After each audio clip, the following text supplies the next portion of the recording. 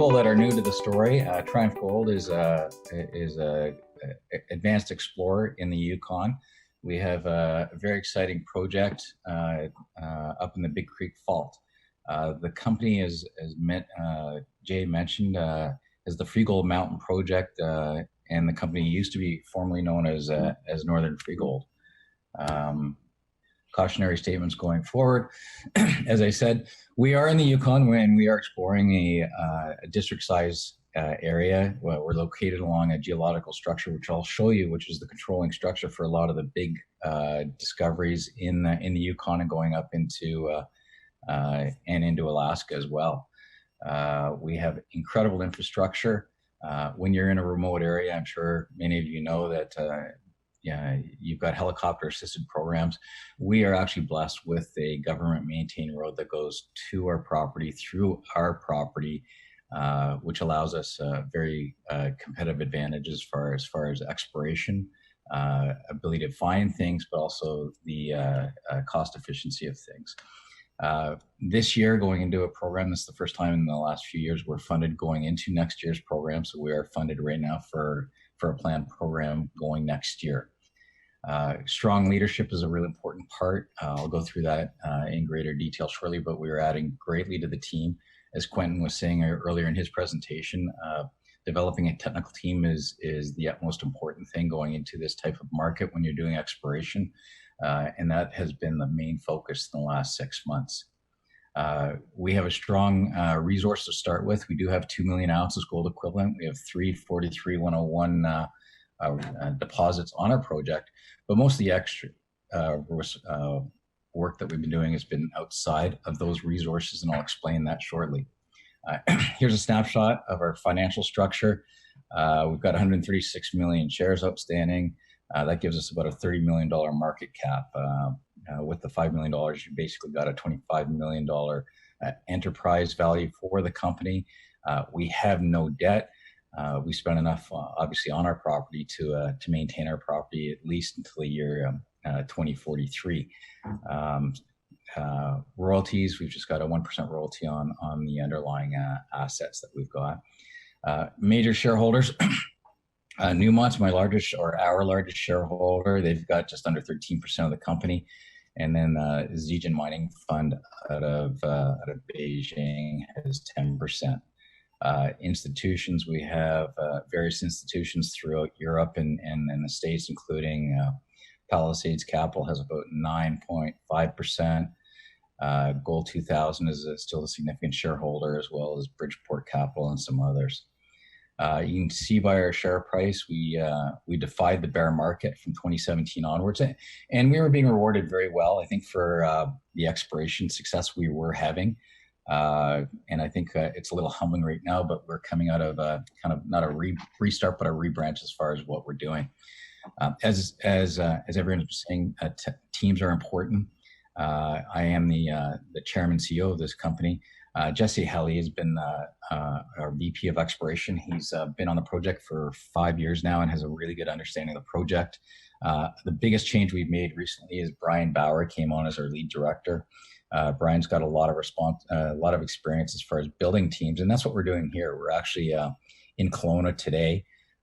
We've opened an office, and we are developing a technical team that he's worked with before. Most notably, they discovered the new Afton mine, actually produced it and operated it. And we spent the last 4 months reevaluating all the technical data. We've got 140,000 meters of drilling that we're reevaluating and making a plan over the next couple of months to come up with an aggressive exploration plan going forward. This is a photo of our project. We show it for a couple of reasons. It's amenable to mining. It's fairly flat. A lot of people think of the Yukon as very rugged terrain, like you get in the Golden Triangle. You can pretty well drive right through most of this property. We show this also for a couple of reasons. The area is flat. It wasn't glaciated in the last ice age 10,000 years ago, like most of North America. The last glacier that was over this was 10,000 over 1 million years ago. So that's given us a real competitive advantage as far as soil anomalies, and I'll show you that later. This is where we're located. We're tucked between, obviously, Alaska to the northwest and BC to the south. We're 200 kilometers northwest of the capital of Whitehorse, off a 3-lane Klondike highway that goes all the way up into Alaska. Great infrastructure, as I said. We've got a government maintained road that comes off our property, off the highway through most of about 85% of our property. The road access is actually part of the Resource Gateway project that the Yukon government, the Canadian government, are upgrading. The Canadian government's announced a $520 million upgrade into the north, of which 360 is going into this area. The first part's already been on, where they've done an upgrade around the town of Carmacks, bypassing that town and upgrading our road to a 2-lane 50-mile-an-hour road. And then the third part will be obviously once Western Copper or Newmont go ahead with one of their projects, they're going to be paying 2/3 of the project. So we're located along that geological structure. I mentioned the Big Creek Fault, that is the controlling structure for a lot of these projects up there, most notably the Mammoth casino project that Western Copper has. You've got the Coffee project that Newmont owns. And then we're just south of the Minto mine, and I think the Claza project should also be known because they've been doing a lot of great work. We also have this Tad Toro project that was drilled in under a company called Dawson Gold. We've acquired that, and we're looking at accumulating this whole area right up until the end of the First Nations land. So we have a great system, a great property. This is 200 square kilometers. This is a Google shot of it. The black line is the government maintained road that goes right up to our camp at Nucleus. As I said, it is district size. It is 35 kilometers from one end to the other. The old focus was the Nucleus and the Revenue, which are just under 1 million ounces gold equivalent each, and then the Tinta deposit, which is at the south end of the project. Our work in the last couple of years has been outside of these areas, trying to understand the relationship between Nucleus and Revenue, outside of Revenue, but also some of these other discoveries that were found previously, and we followed up on them this year. As I said earlier on, the area was not glaciated so in the last million years, so we've got a fairly robust, intense multi-element soil anomaly. It is one of the largest in North America. It is 6 kilometers from one end to the other, and it tells us a lot. The top part is the gold interpretation, with the bottom part being the copper interpretation. To put it in scale, you've got the Nucleus, which is a postage stamp on the far left, and the Revenue, which deposit, which I mentioned at the far east of this, about 4 kilometers away. We've been drilling outside of the area. We've got discoveries in the Blue Sky Zone and the Wow Breccia that are outside of that Revenue deposit. And then what we've been trying to do is tie this in together with some higher grade near surface exploration. So that's what we did this year. We did a small program on it, and we should have results by the end of this month. This is a geological map of the area. It was done by the Yukon government in 2017. It explains a lot. The Big Creek Fault, which is that controlling structure for those big deposits I explained earlier, it's the only area where it actually splits into two, into what's called the North Big Creek Fault and the South Big Creek Fault Zone.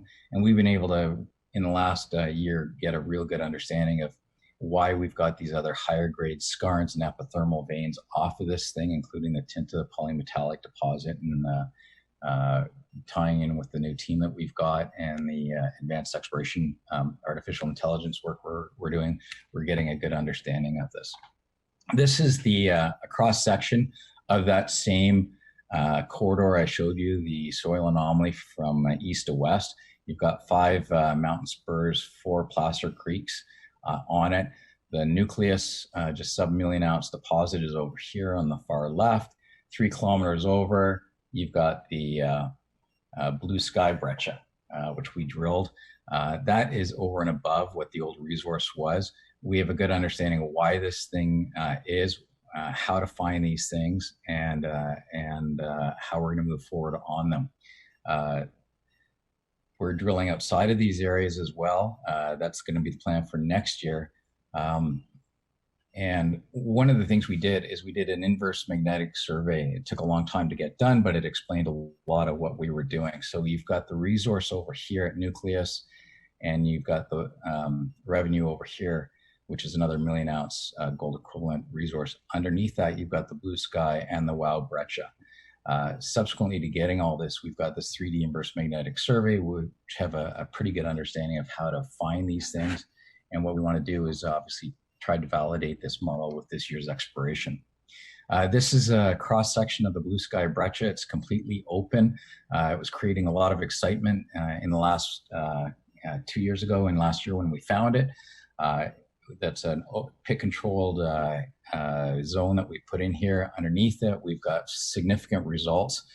For these type of systems, porphyry related systems, we've got 200 meters of 0.9 grams and 0.28% copper. That's over a percent copper equivalent. Very amenable to open pit mining, but underneath we were looking at the block cave mining. To put this in comparison, this would compare very favorably to some of the other underground block cave mines in Canada, most notably Red Chris and New Afton, which our team has a very strong experience with. Outside of that, we got the Wow Breccia, where we drilled 1 kilometer deep. We weren't necessarily looking for this breccia pipe. We were looking for what's called the causative intrusion. That's the source for that gold. And that's what we tagged into last year. And we know we tagged into it because of the type of geology we hit down below.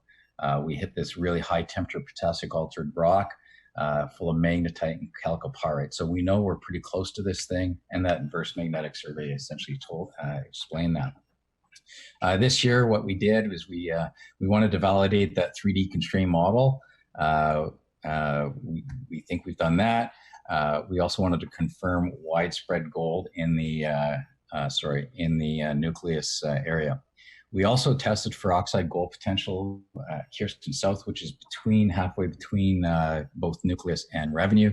And then we also wanted to test the extension of the high-grade zones of the Irene Gold epithermal system. And that's something that we tried to do last year. We couldn't get to it because of timing, but we did this year. And what we tested is the lateral extension of the oxidized skarn zone by over 500 meters. This is a 3.7 kilometer long trend, we think. And then we also wanted to test the vertical extension of the high-grade Gold Star vein down dip. And again, we should have those results by the end of the month. That's essentially in 10 minutes to tell you 140 million years of geology, what we're up to. But we are more advanced stage than I think a lot of people understand. What we are trying to do is build this technical team, get a real good understanding of the project, and move forward over the next year and a half.